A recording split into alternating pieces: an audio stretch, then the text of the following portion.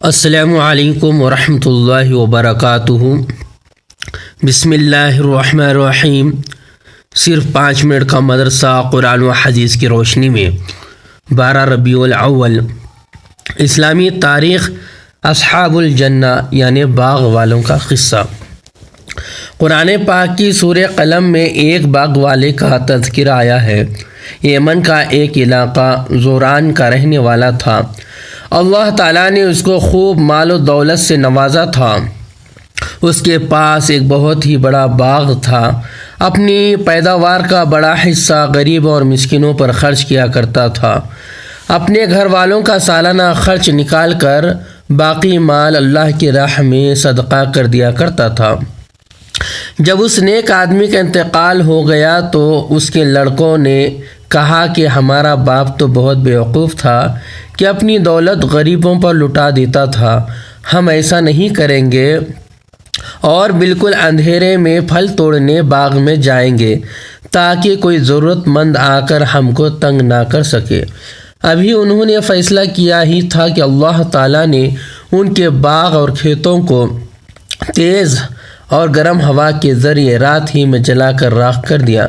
جب ان لوگوں نے وہاں پہنچ کر باغ اور کھیتی کی یہ حالت دیکھی تو افسوس کرتے رہ گئے اور اپنے برے فیصلے پر بہت شرمندہ ہوئے۔ بلا شبہ غریب اور مسکینوں کا حق نہ دینے والوں اور خدا کی راہ میں خرچ نہ کرنے والوں کے ساتھ اللہ تعالیٰ کا ایسا ہی معاملہ ہوا کرتا ہے۔ حضور صلی اللہ علیہ وسلم کا معجزہ، ایک واقعہ سننے کی برکت۔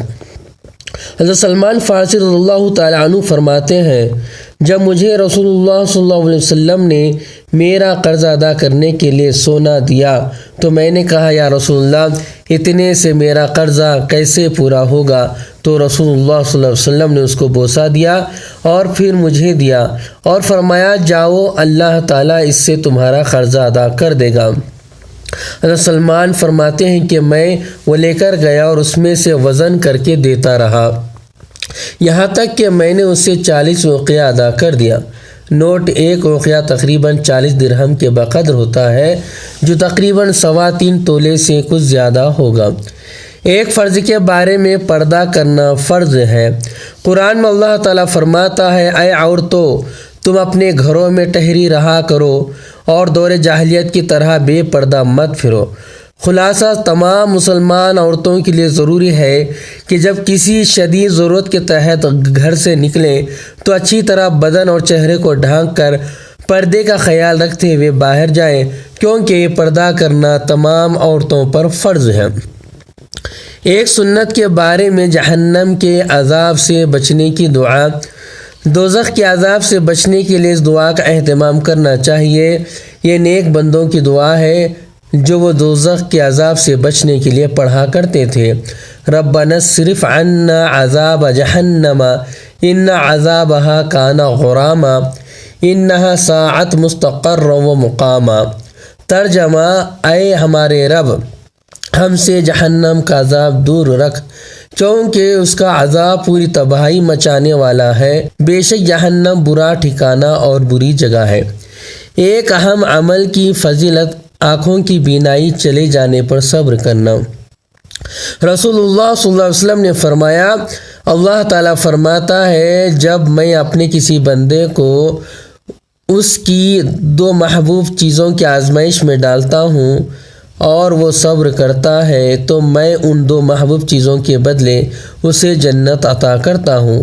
وہ محبوب چیزوں سے مراد دونوں آنکھیں ہیں۔ ایک گناہ کے بارے میں مرتد کی سزا جہنم ہے۔ قرآن میں اللہ تعالیٰ فرماتا ہے، یقیناً جو لوگ ایمان لائے پھر کافر ہو گئے اور پھر ایمان لائے پھر کافر ہو گئے پھر اپنے کفر میں بڑھتے ہی چلے گئے تو ایسے لوگوں کو اللہ تعالیٰ ہرگز نہیں بخشے گا اور ان کو سیدھی راہ بھی نہیں دکھائے گا۔ دنیا کے بارے میں دنیا ہی کو اپنا مقصد بنانے والے۔ قرآن میں اللہ تعالیٰ فرماتا ہے، آپ ایسے شخص سے اپنا خیال ہٹا لیجئے جو ہماری نصیحت سے منہ موڑ لے اور دنیاوی زندگی کے علاوہ اس کا کوئی مقصد نہ ہو۔ ان لوگوں کے علم کی پہنچ یہیں تک ہے، یعنی وہ لوگ صرف اسی دنیا کی چیزوں کے بارے میں جانتے ہیں اور اسی دنیا ہی کو مقصد بنا رکھا ہے۔ آخرت کے بارے میں کم عذاب والا دوزخی۔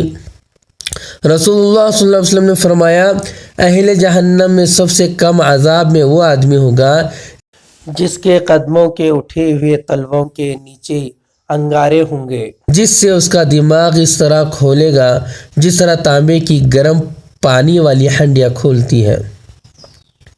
طب نبوی سے علاج، زمزم کے فوائد۔ حضرت ابن عباس رضی اللہ تعالیٰ عنہ نے زمزم کے بارے میں فرمایا، یہ ایک مکمل خوراک بھی ہے اور بیماریوں کے لیے شفا بخش بھی ہے۔